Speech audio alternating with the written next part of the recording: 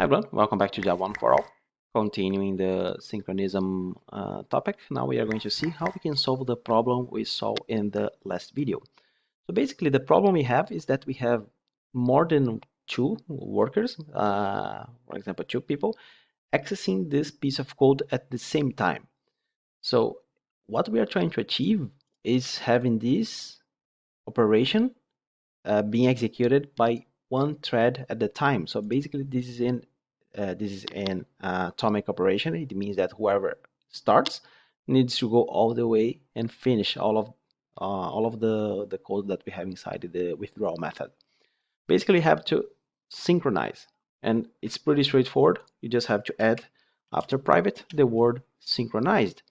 When I do this, I'm saying, hey, now only one thread at a time can execute this piece of code. And the synchronize, it works with lock. Every object in Java, they have a lock. And the lock that we have here as part of the withdrawal belongs to the object created here on line number 9. And why is that? Because the withdrawal belongs to this object. This is how we are starting. So let's first see how it works, and then we are going to see actually the best way to solve this. Okay, now that we executed, as you can see, we have the thread from Hestia executing all the way until it reaches 0. Okay, but this behavior that we have here is not guaranteed. The guarantee that we have with synchronized is that whoever starts will work until the end without any other thread getting in between. So it means that if thread 1 starts this, it will go all the way to the end without T2 or T3 going in between. If I execute again, maybe I will get a bell to do not now, not now. It looks like I cannot get the turn. There you go. Now I got the turn for bell to start the money. But going from the beginning to the end to 0 is not guaranteed, because the guarantee I'm saying is, hey, if bell starts and finishes, it could be that the next time this method is executed, the second thread will get the chance and acquire the lock. So this is one way of using the synchronize. Another way is synchronize only the object that we want. For example, we can synchronize account, and we have here a synchronized block. Now we have a warning here, and this warning is pretty straightforward. We usually need to make the object that we are working through the reference variable final. Why? Because the lock belongs to the object. In this case, the lock belongs to the object created here. So if this is a reference variable like this, it is the one that's going to the object reference is like this. This is the object reference that will have the lock. So if I don't make it final, it could be that I come here and then I make a new account. So this will have something completely different. It's a new object. It has a new lock. Okay, so that's why we usually make it final. So now what's going to happen is we have T1 and T2. If T1 gets here, it will acquire the lock of the account. And if T2 tries to search for the lock, hey, is this account available? Oops, it's not, because it looks like T1 is holding the lock. And it doesn't matter what you do, even if you put the thread to sleep. For example, I'll put it to sleep for 10 seconds. You will notice that, oops, wrong with try catch. No other thread will be able to interrupt.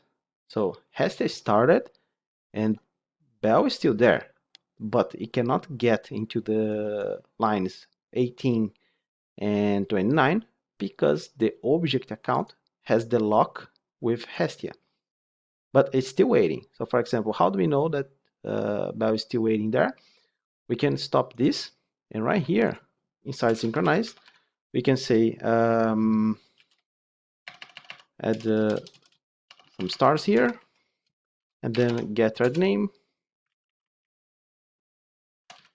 inside synchronized, and then you copy this line, and here you change the stars and put outside just some hashtags, and then Control Shift F10. So as you can see, we have two threads outside. We have Hestia and Bell Coronel, and then inside we have Hestia. And then Hestia goes withdraw the money. We finish here printing, hey, I finished out withdrawing, and then Hestia goes outside, but then Bell is just waiting, and then he got inside, do all the things that he needs, and then it goes and start waiting outside because Hestia acquired the lock. So basically it will keep turning like that, but the thing that you need to remember is that the synchronized works with the object's lock.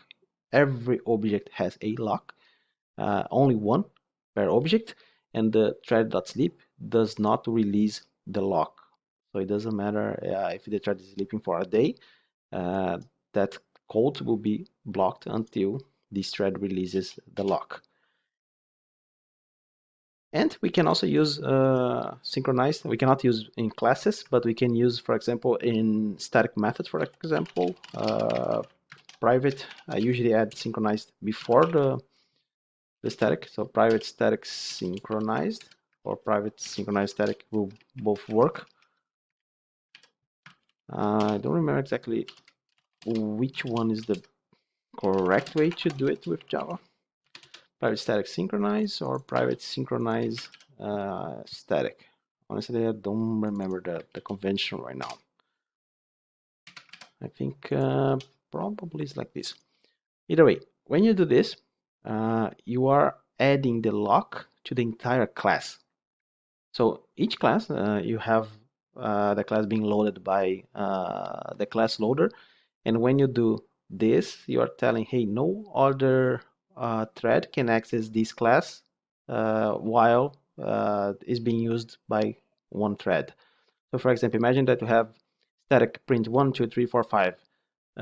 If one thread is using executing print 1, no other threads will be able to use print 2, 3, or 4 because you have one thread already in that class. So this, it's exactly the same thing as using this synchronized, and here you add the class name. It's exactly the same thing. Synchronizing static method, or you synchronizing the class, the qualified class name here.